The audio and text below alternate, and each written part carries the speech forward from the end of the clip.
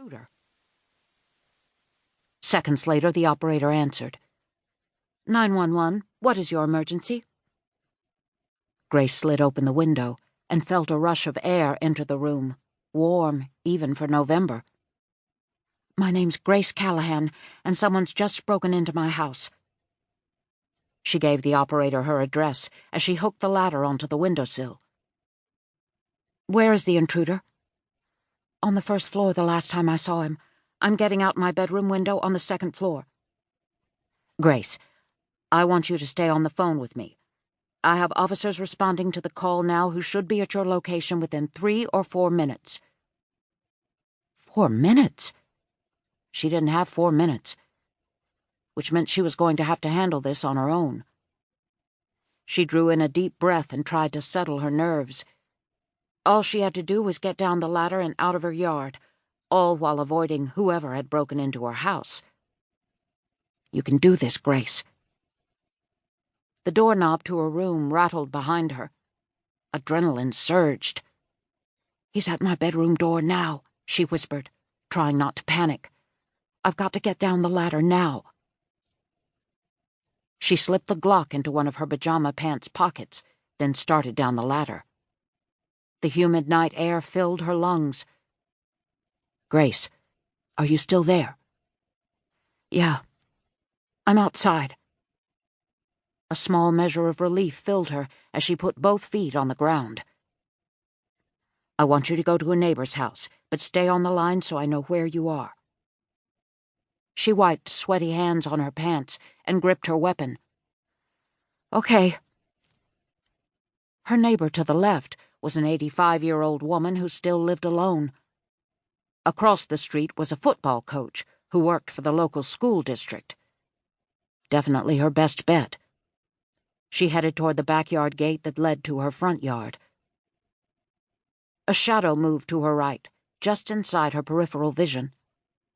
She swung around and aimed the gun at the armed intruder, who now stood outside the open back door of her house, a gun pointed back at her. Her mind raced for an explanation.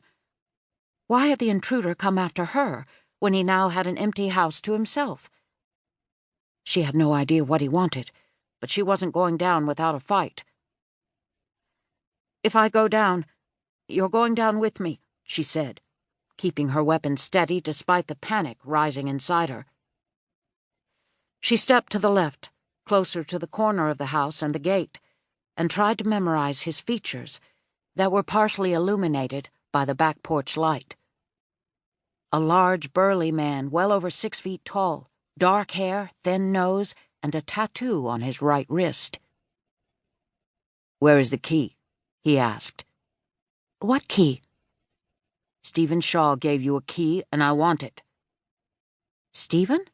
Her client? Her mind fought to process the man's words. This was about Stephen and a key? She had no idea what he was talking about. Who are you? She asked. She thought whoever had broken into her house had been nothing more than a burglar, but clearly she was wrong. And Stephen's paranoia. Had she been completely wrong about that as well? Stephen had never given her any real proof that anyone was after him. He had spoken only of shadows and ghosts he couldn't catch. She told him she believed he was simply suffering from paranoia and tried to help him deal with the symptoms. He'd never given her anything. I don't have time for games, he said. Tell me where it is. She took another step to the left, forcing him to re-aim. I honestly don't know what you're talking about. And I know you're lying. She weighed her options. If he was determined to murder her, she'd already be dead, which meant the information he believed she had was keeping her alive. But while he probably hadn't expected her to be armed, even if she were to shoot him, there were no guarantees he wouldn't shoot her back, or that a bullet would stop him. Neither did she want to risk becoming a hostage, and she wasn't sure if she had time to wait for the authorities to arrive. She was less than 15 feet from the gate that led to the front yard. She needed to run. Sirens wailed in the distance,